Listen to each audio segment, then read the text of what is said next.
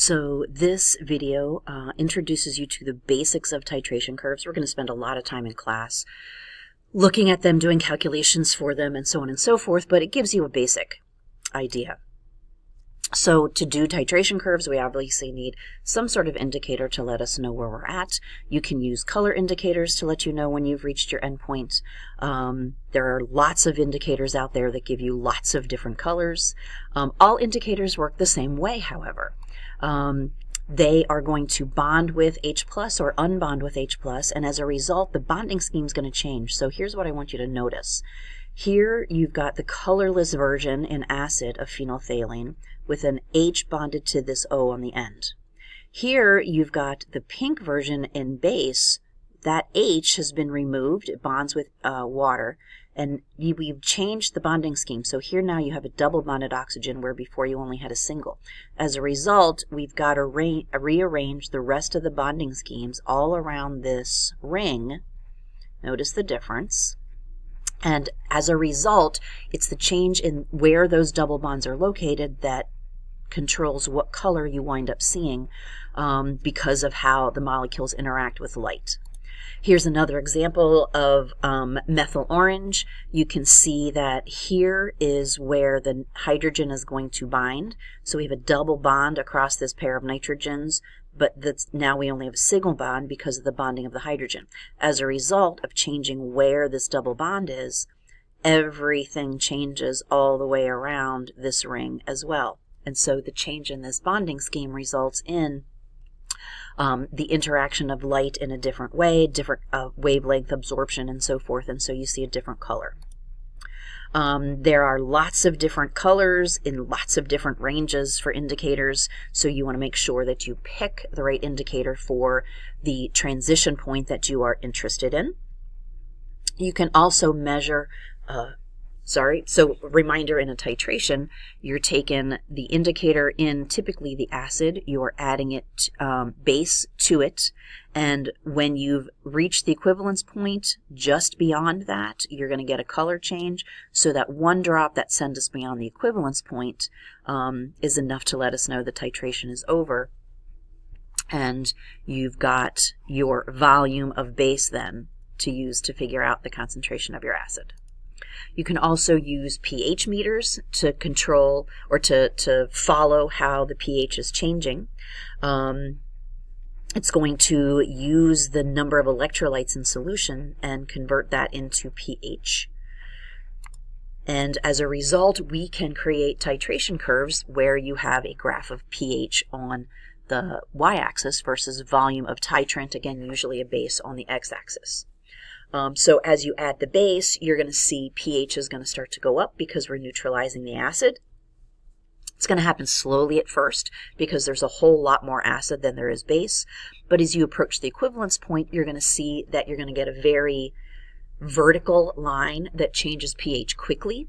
And then once you're beyond that equivalence point, now the change is going to happen more slowly because all we're doing is adding a little bit more OH minus.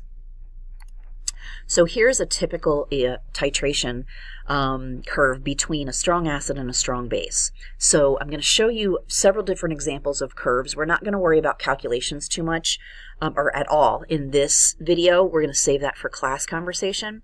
But here's visually what's going on. So strong acid, you're starting off with everything 100% dissociated. That means your pH is going to start off very low. Notice that as you add a strong base, there is a very sharp linear line that transitions the pH through close to the end of the titration, close to the equivalence point. So we've got much more H plus, less than OH minus, until right at this point, all of a sudden it jumps because now we have equal quantities. So at the equivalence point, there's no H plus, there's no OH minus in excess, so the pH winds up being 7. You have a very big, long jump between the low pH for the acid and the high pH for the base.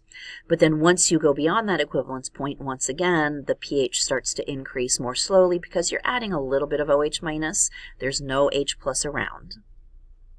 So some of the things like I have listed over here to notice: very low starting point, very straight line from that starting point to close to the equivalence point, very long vertical line to the equivalence point, and the equivalence point winds up being at a pH of 7. That's going to be a lot different than the next slide we look at, which is a weak acid titrated with a strong base. So notice that we're starting at a much higher pH because all of the acid has not dissociated. We have a lot of the whole molecule together. And that's why you see this little curvy thing happening here, because we need to break that acetic acid apart, exposing the more H pluses as the sodium hydroxide is added. So that's why you see this curve here.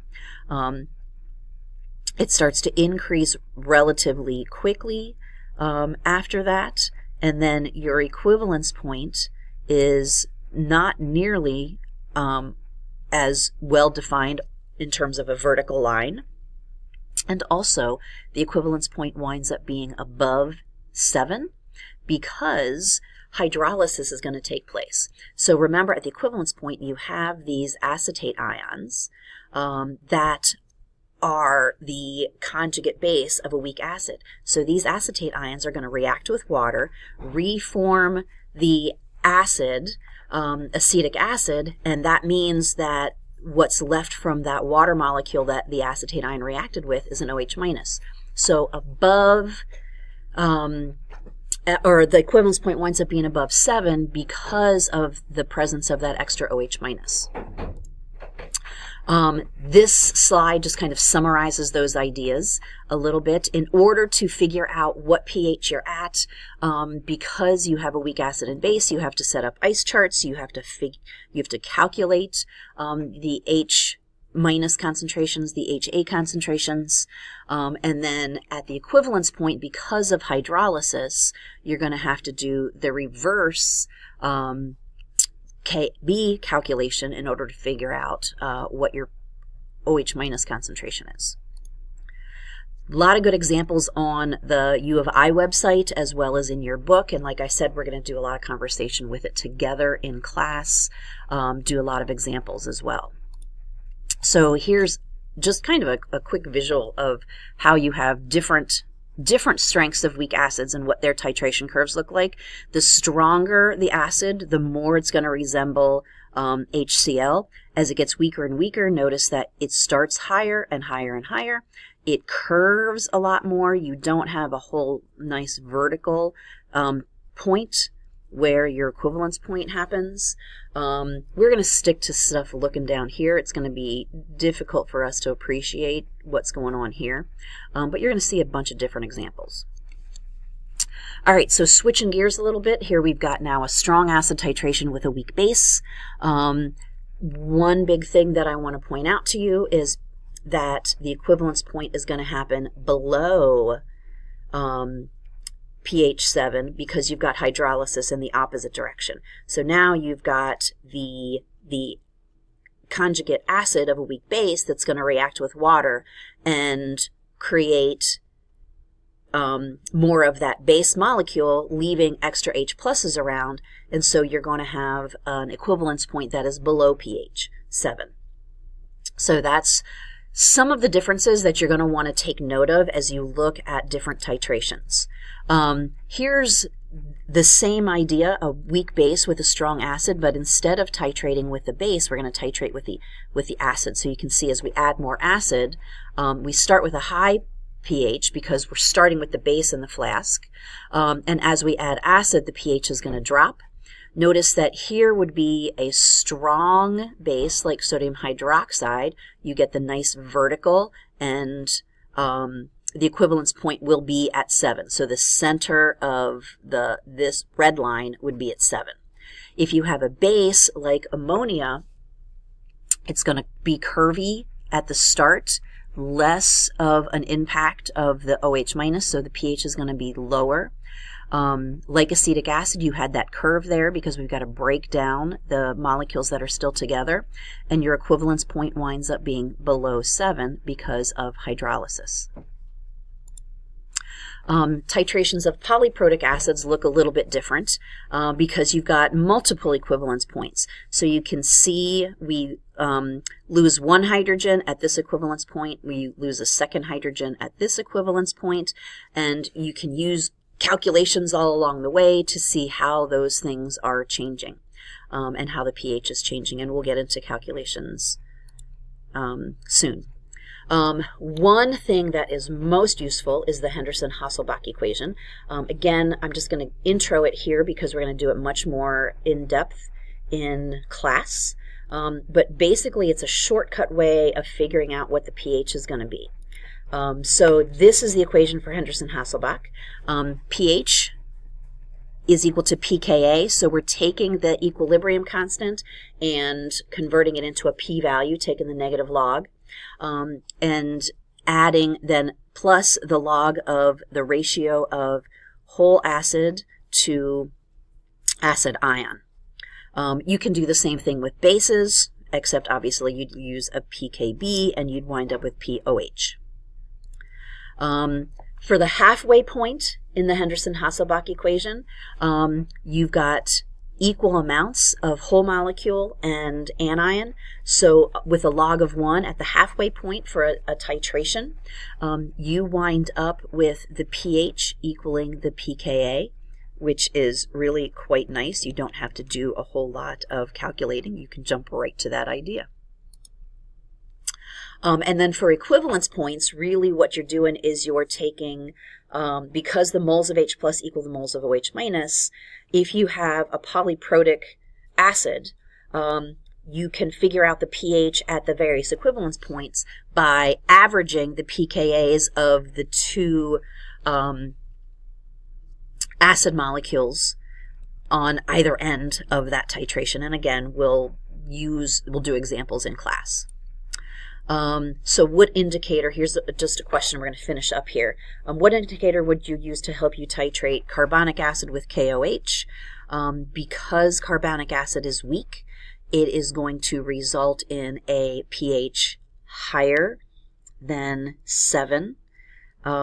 So you would want to use something that is above the neutralization point, so probably alizarin yellow would be a good choice. To do that because you've got a transition well above neutral. This one's close enough to neutral that you wouldn't want to use phenolphthalein. HBr with calcium hydroxide is strong on strong, so you could use phenolphthalein for sure. And then here we have strong acid versus weak base. You would want to use something lower. To figure out what pH range we want to use, we'd have to figure out the pKa of our solution and then figure out that figure out the pKa and then transition that into pH and figure out accordingly. So methyl orange or methyl red or something like that is probably what we would want. And again, some good websites to refer to give you some assists, examples, and so on and so forth. So take a screenshot of this, visit them if you are having trouble. Don't feel badly if you're having trouble with these titration things. It takes a little bit of while to get used to it.